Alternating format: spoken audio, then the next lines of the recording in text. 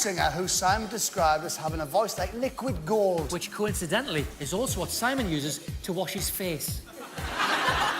Liquid gold. It's Alice Fredenham. There are moments on television that stop you cold. Moments where someone walks onto a stage, opens their mouth, and the entire world seems to hold its breath. Alice Fredenham had one of those moments.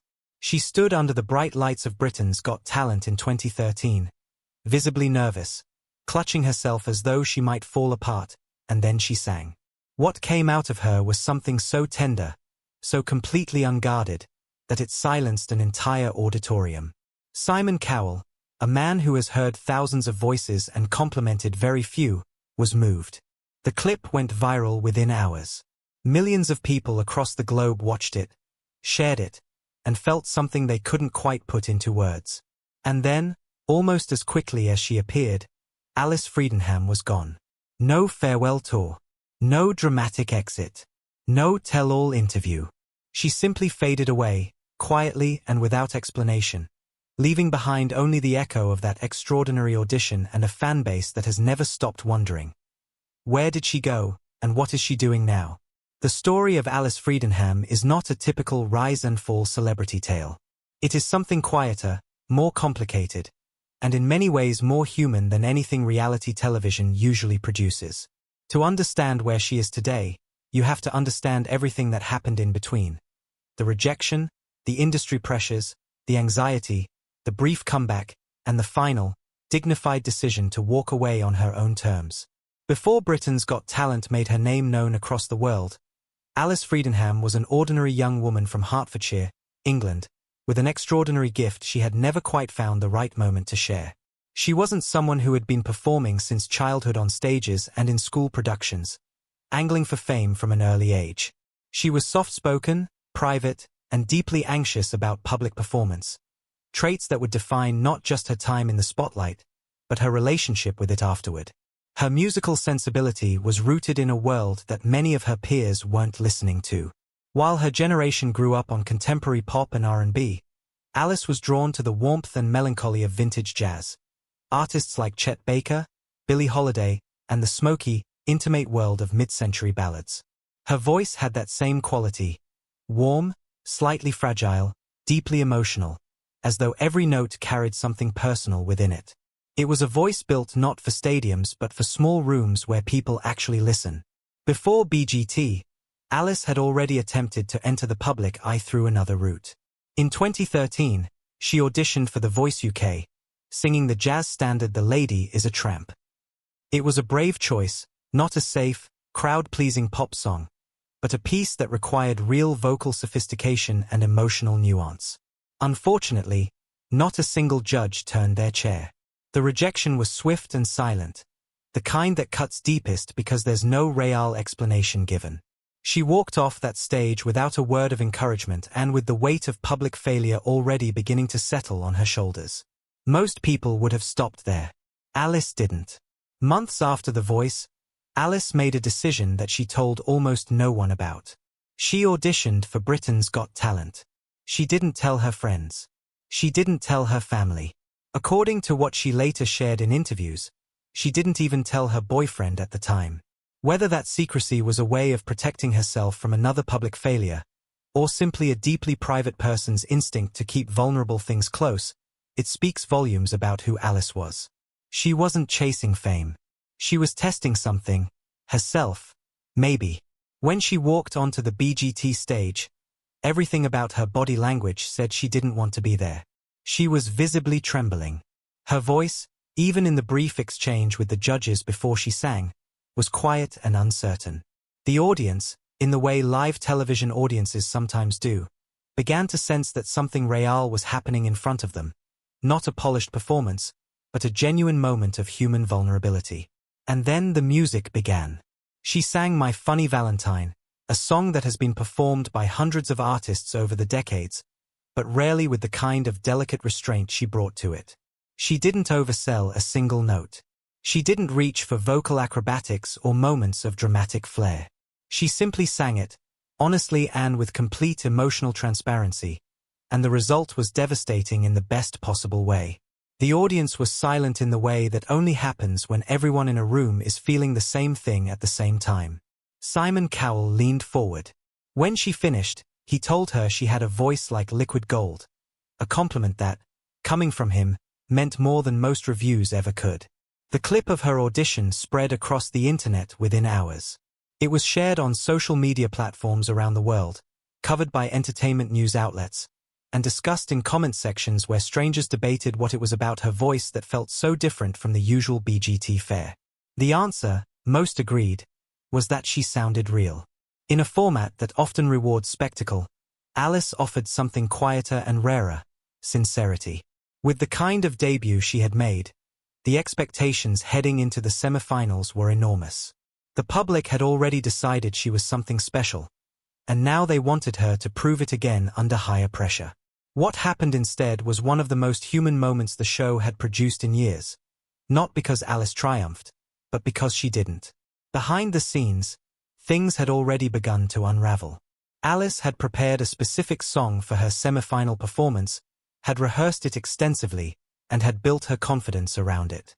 Then, at the last minute, she was asked to change it.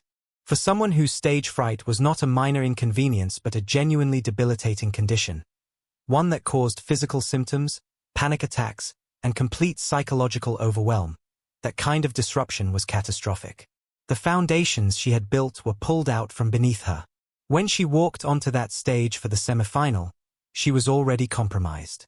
Her performance, though still beautiful in terms of raw vocal quality, lacked the magic of her audition. The judges noticed. The audience felt the difference. And Alice, who had gambled everything on this moment, was eliminated. She left the competition without a place in the final, without the winner's title, and without the platform that victory might have given her. For fans who had fallen in love with her in the space of a single song, it was genuinely heartbreaking. But heartbreak, as it turned out, was only the beginning of a much longer and more difficult chapter. In the immediate aftermath of her BGT appearance, there was genuine industry interest in Alice Fredenham. That is a significant thing to say, because reality television talent shows produce hundreds of contestants and only a fraction ever attract serious professional attention. Alice did. Reports at the time indicated that Sony Music offered her a demo deal, an opportunity to record material and explore whether a full commercial album was viable. It wasn't a recording contract. It was a trial, a test run, and that distinction matters. Alice entered the studio and began working on demos, bringing her distinctive jazz-influenced sound to the material. But the label ultimately decided not to move forward. The reasons were never officially stated, but the situation wasn't difficult to understand.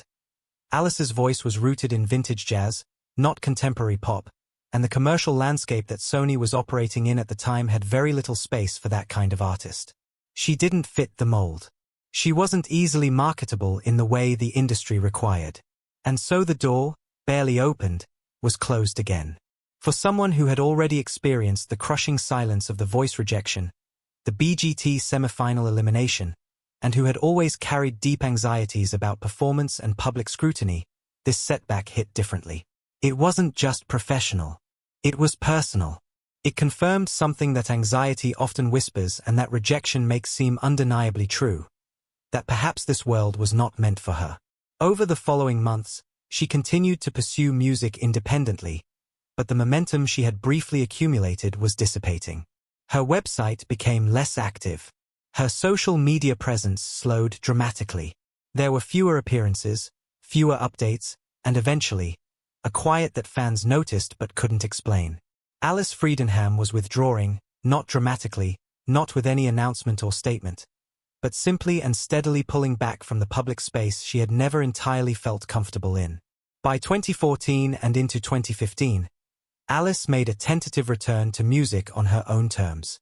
She began performing at small, low-pressure events, charity concerts, local showcases, intimate venues where the expectations were manageable and the environment was controlled.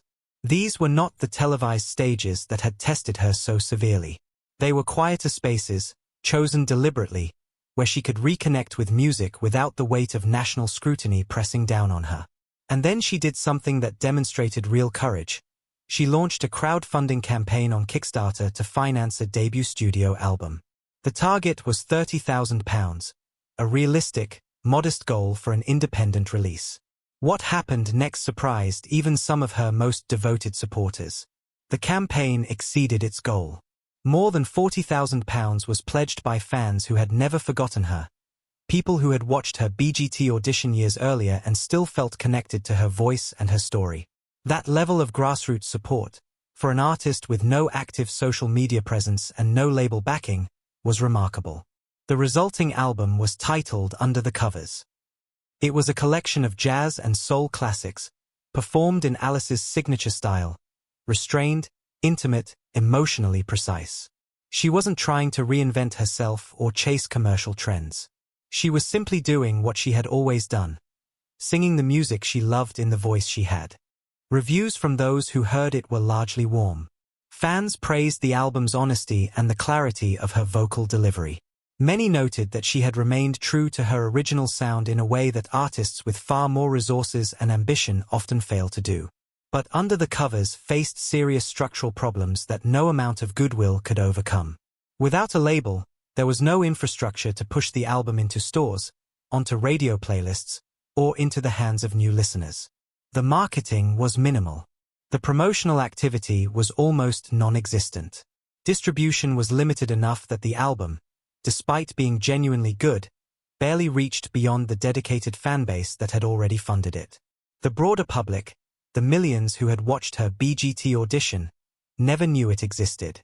Following the album's release, fans waited for more, singles, music videos, live dates, something to signal that Alice was building toward a sustained career. None of it came. After a handful of additional small performances, she began retreating from view once more. Her website went offline again. Her social media accounts fell silent. The brief window she had opened into her world closed quietly, and Alice Fredenham disappeared from public life for the second time. To understand Alice's repeated withdrawals, you have to understand the specific nature of what the modern music industry demands from artists: